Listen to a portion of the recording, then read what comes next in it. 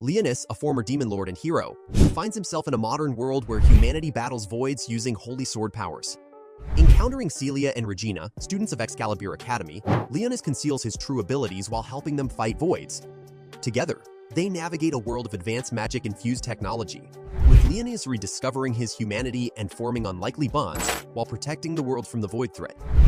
In the midst of chaos, the forces of the Demon Lord, led by Leonis, surged onto the battlefield, their ranks filled with menacing skeleton soldiers. They were met with unwavering determination from the heroes. Within the confines of his chamber, Demon Lord Leonis observed the unfolding battle through a crystal ball. It was a dire situation. All his strongholds had fallen, leaving this final line of defense as their last hope. The skeletons clashed with human soldiers, causing casualties, but one of the heroes possessed the extraordinary ability to resurrect fallen comrades, turning the tide of death into life. Suddenly, a colossal, tree-like entity emerged on the battlefield, infuriating the Demon Lord. He recognized it as the Archsage Rio, who had forsaken humanity to attain unparalleled power. With resolve, Leonis rose from his seat and summoned his staff, ready to join the fray. However, his faithful companion and loyal general, Fenrir, intervened, reminding Leonis of a promise made to the goddess of rebellion. The goddess had entrusted him with a mission during his human days, and Leonis chose to honor that promise. He relinquished his staff and walked toward a nearby door, even as his castle crumbled around him. Before disappearing, he vowed to return in a distant future, determined to reclaim his throne in a time yet to come. Many centuries later, the ruins of Leonis' castle became the grounds for exploration by two brave young girls, Celia and Regina. Their mission was clear: investigate the ruins, as rumors had surfaced about menacing creatures called voids nesting within. Their exploration led them through winding corridors until they stood before a colossal door. Celia, with a keen eye, recognized it as the King's Mausoleum, where Demon Lord Kings rested in anticipation of their final days. Attempting to open it, Regina realized they needed a specific tool to breach its defenses. However, Celia noticed inscriptions on the door's surface and, employing her phone's translation function, identified the language. To their astonishment, the door was sentient. Curiosity piqued, Celia touched it, triggering a mysterious response. The door, as if acknowledging Celia's presence, swung open. With determination in her eyes, she readied her gun and ventured inside, discovering a vast chamber housing a monumental crystal. To her surprise, within the crystal resided a person, Leonis, the long-forgotten Demon Lord. Filled with compassion, Celia resolved to aid him. Meanwhile, Leonis found himself in a desolate realm, where he encountered Roselia, the deity to whom he had made a sacred promise. Overwhelmed with emotion, he expressed his struggle against the divine powers bestowed upon the heroes, which had rendered him powerless. To uphold his vow to Roselia, he had chosen to seal his soul. Touched by his enduring commitment, Roselia acknowledged his sacrifice and reassured him. She gracefully departed, fading into the ethereal expanse, leaving Leonis to contemplate his past, present, and the timeless promise he had honored. Meanwhile, Celia, determined to free the person trapped inside the crystal, continued her efforts. Frustration filled the air as Leonis, the captive soul within the crystal, complained about the noise and pondered whether countless years had passed since his sealing. He speculated that the reincarnation ritual, which he was aware of, must have been successful. Leonis, observing Celia's actions, misunderstood her intentions. Believing she was a grave robber, he decided to demonstrate the might of the reincarnated Demon Lord. With a surge of magic, he shattered the crystal, sending Celia tumbling to the ground. Initially, Leonis assumed Celia was a descendant of the High Elf tribe, but he soon realized his mistake. Ready to eliminate what he thought was a threat, he paused when Celia questioned why a child would be confined within the crystal. Caught off guard, Leonis gazed at his own reflection and was shocked to see his transformed appearance. Confusion clouded his mind as he tried to comprehend the situation. Despite using a spell to reconstruct his body to a previous form, he found himself in the body of his former human self, the hero he had been before becoming the Demon Lord. Perplexed and disoriented, he grappled with the mystery of his unexpected transformation. In the wake of his unexpected transformation, Leonis found himself face-to-face with Celia, the inquisitive and compassionate young girl. Concerned for his well-being, Celia asked why he had been sealed within the crystal, examining him to ensure he was unharmed.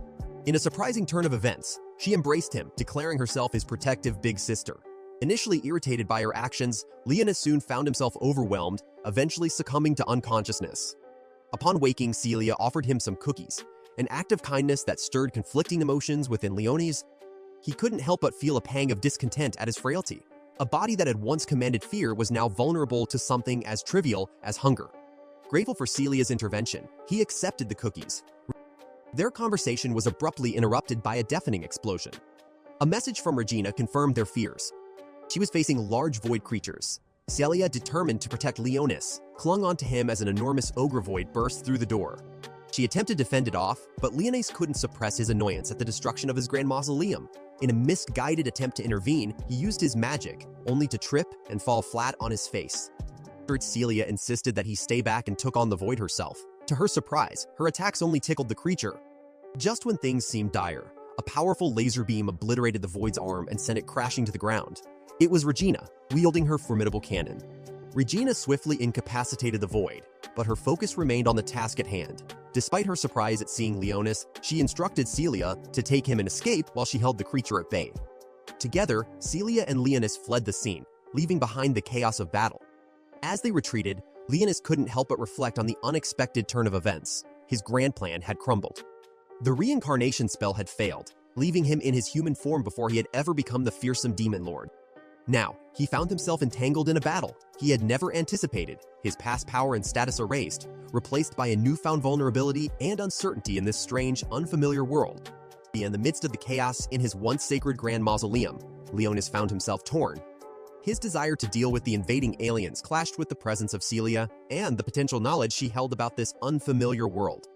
He knew that revealing his true power would jeopardize the opportunity to extract information from her. As they approached the surface, Celia, displaying remarkable courage, urged Leonis to flee while she readied herself for the battle. Her gun morphed into a sword, prepared to face the monstrous threat.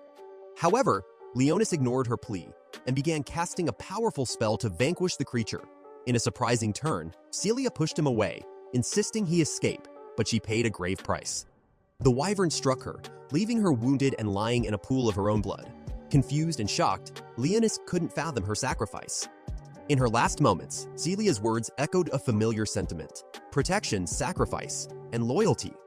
With her dying breath, she urged Leonis to escape with Regina.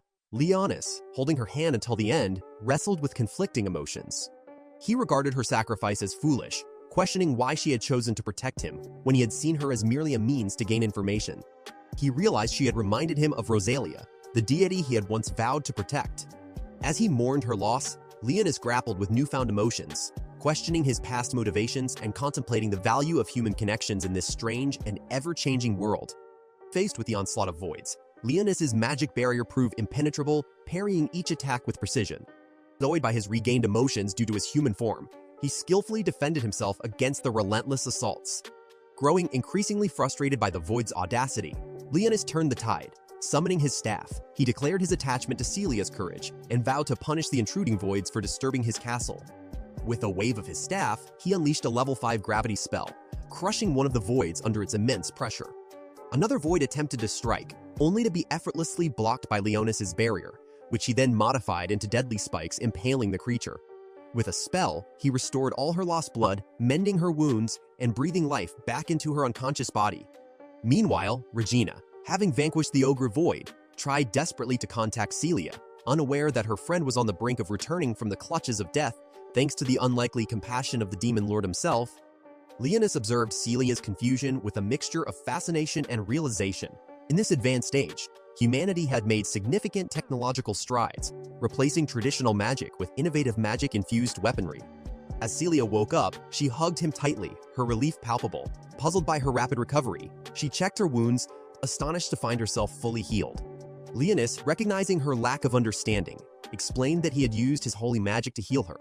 However, Celia remained perplexed because she had no knowledge of magic. In her world, people utilized advanced magical weapons instead. In this era, magic was channeled through these weapons, eliminating the need for the rigorous training and discipline required for traditional spellcasting.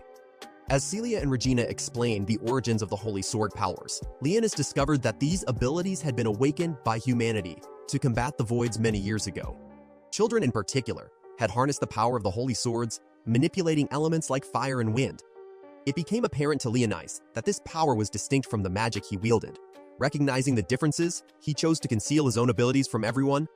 When Regina arrived, the girls inquired about the fate of the Void.